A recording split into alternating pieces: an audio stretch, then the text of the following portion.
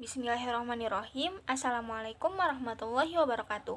Halo semuanya, perkenalkan nama saya Silmi Solihatun Niswah dengan NIM 210207132 dari Program Studi Psikologi Kelas D Universitas Muhammadiyah Bandung. Di sini, saya akan sedikit banyak memaparkan mengenai teori psikologi konstitusi dari William Sheldon.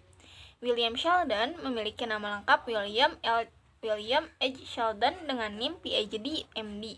Beliau dilahirkan pada tahun 1899 di Warwick, Rhode Island. William Sheldon ini dibesarkan dalam keluarga pertanian, tetapi dalam sejarah beliau tercatat memiliki pengaruh besar tentang pandangan-pandangan terhadap manusia.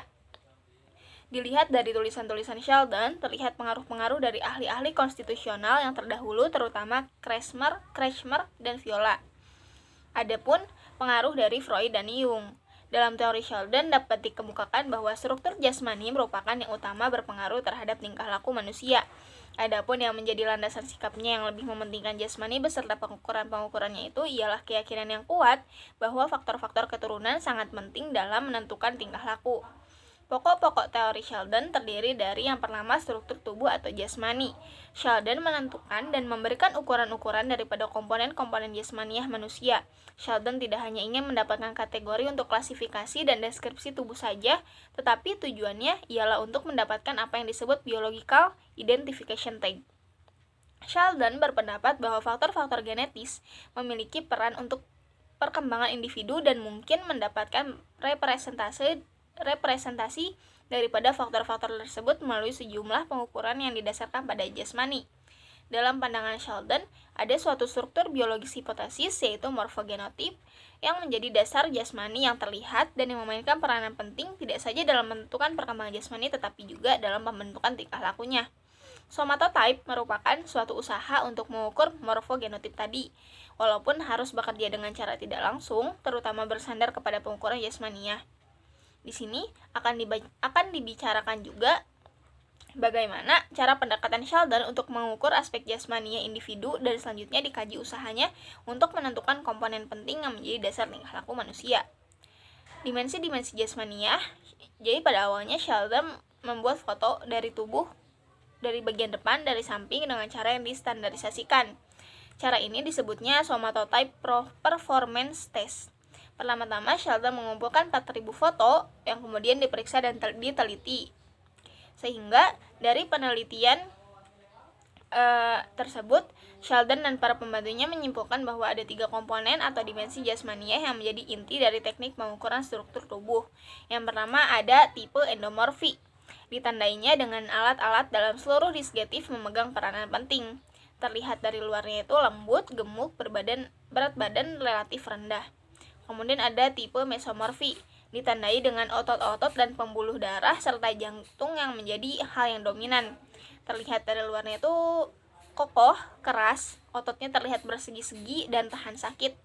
Yang ketiga ada tipe ektomorfi, ditandai dengan kulit, sistem syaraf memainkan peranan penting. Terlihat dari luarnya itu tubuhnya tinggi, berdada kecil, pipi lemah, dan otot-otot hampir tidak berkembang. Kemudian ada komponen jasmani sekunder. Yang pertama ada displasia, yang istilah ini dipakai Sheldon untuk menunjukkan setiap ketidaktepatan dan ketidaklengkapan campuran ketiga komponen primer tadi pada berbagai daerah pada tubuh. Yang kedua ada ginandromorfi yang menunjukkan sejauh manakah jasmani memiliki sifat yang biasanya terdapat pada jenis kelamin lawannya.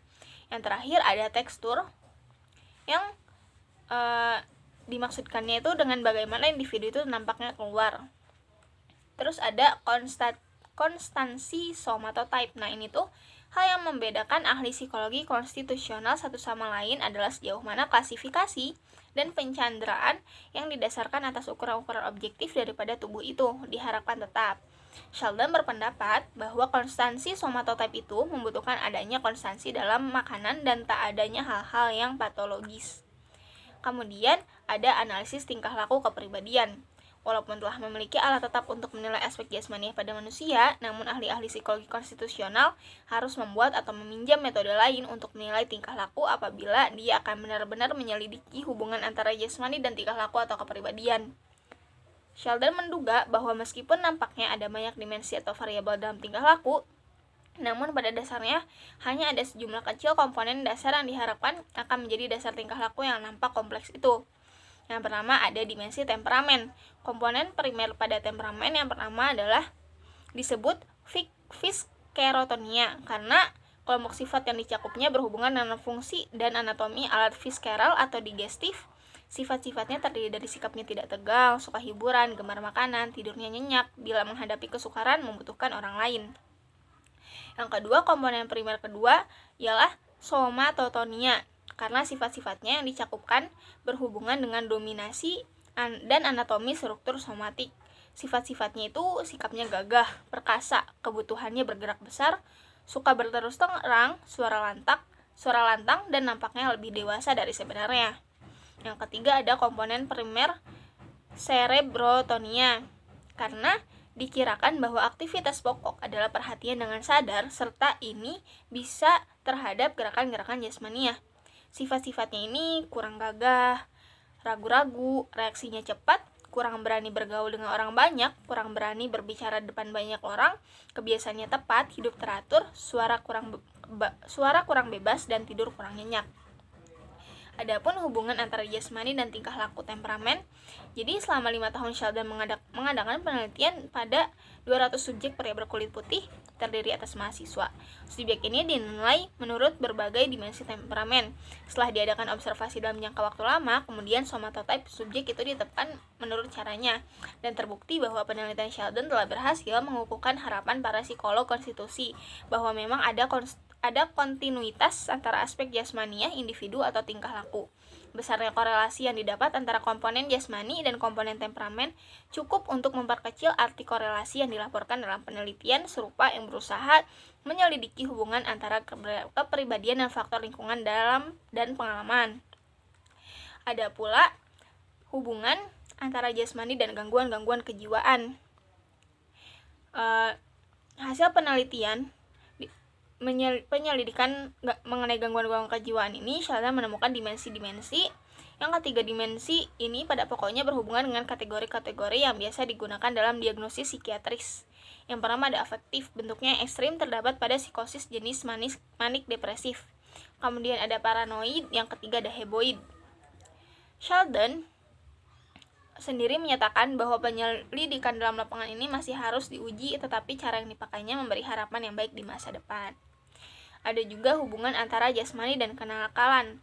Dalam lapangan ini, Sheldon melakukan penyelidikan selama 8 tahun yang diselidikinya yaitu 400 pemuda pada tahun 1939 sampai 1942.